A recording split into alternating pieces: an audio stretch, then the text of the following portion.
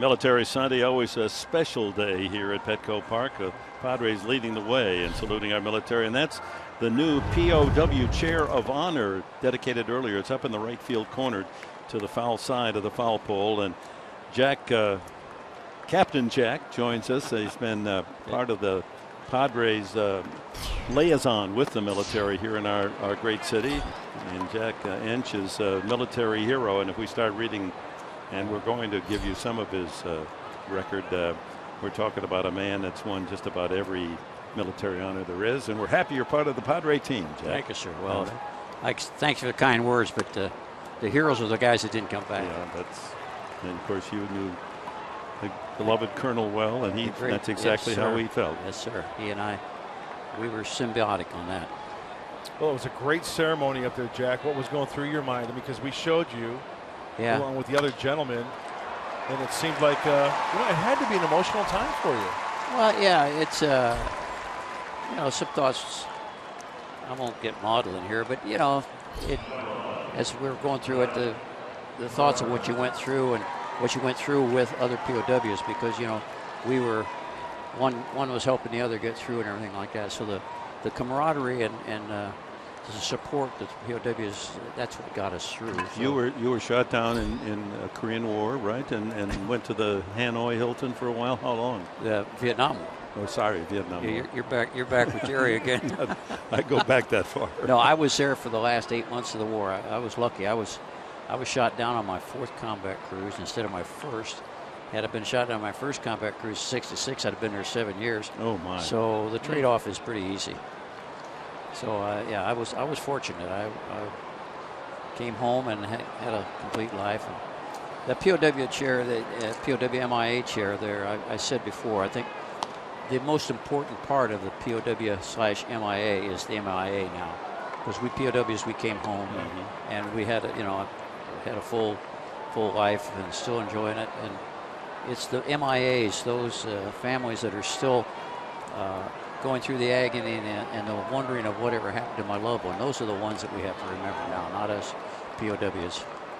So the actual chair, and how is it marked in a special way? It's hard to, there we go. Oh, with a plaque. So the chair itself cannot be seated in, correct? No. There'll be a white rope around it. And on the glass in front of the chair, they have etched the POW MIA emblem, as you can see right there. So it will be marked off and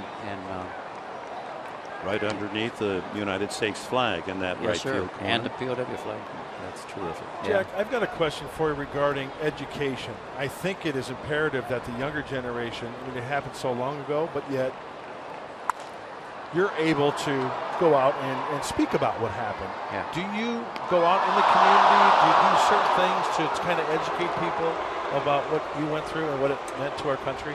Yeah, I don't wear it on my sleeve. I mean, whether I like it or not, I'm a part of naval aviation and history.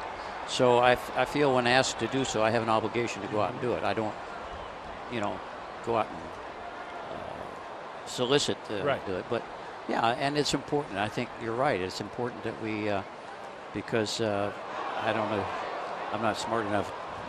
Dick can know who the guy that said it was, but those that forget history are destined to relive it again or something like that, And I think that's true. We see that all the time. We in America, we are so short. If it can't done in at least a 2-day series, then we don't want to watch it. It's like the news today. It's got to be 20 seconds. That's right, yeah. They claim that people don't have a attention span beyond 20 seconds. Come on now. Or 142 characters or whatever it is. I remember one day I went and visited the Midway. Yes, sir. And I think you and I text one another. You said, hey, check out the flight deck because my plane is there. Yeah, and I actually went there and I saw your name on the side of the plane. That was quite a treat to see. Yeah, so people visit the Midway, they can see the one of the jets that Jack flew. I made my last 2 Vietnam cruises on the Midway and was shot down off of it in '72. But before we got shot down, I got shot down with a pilot that didn't make it. Mike Doyle, God rest his soul. But another pilot I flew with earlier in that May, we got shot down 2 MiG-17s in a dogfight, And so our squadron got 5 MiGs that cruise, and that's what's on that airplane. Ground ball could be 2. Ramirez gets 1, and now back to first too late. Ellsbury, who had singled, out at second base 6-4 and safe on the fielder's choice is Gardner with 1 out here in the 3rd. We're talking with Captain Jack Ensch, United States Navy, Padres Director of Military Marketing. And Jack, 3,000 flight hours, 800 carrier landings, awarded everything from the Navy Cross, the Bronze Star, the Purple Heart, the Air Medal, the Commendation Medal, the Prisoner of War Medal, and they don't want to admit what they gave to this country because there are others who didn't make it the ultimate sacrifice. But believe us, we all love rubbing shoulders with greatness, Captain. Well, thank you. I accept that on behalf of all my veteran friends. But it was my honor to serve our country, and I feel honored to have been able to represent POWs and naval aviation. That ball high and foul off the bat of Mark Shahara.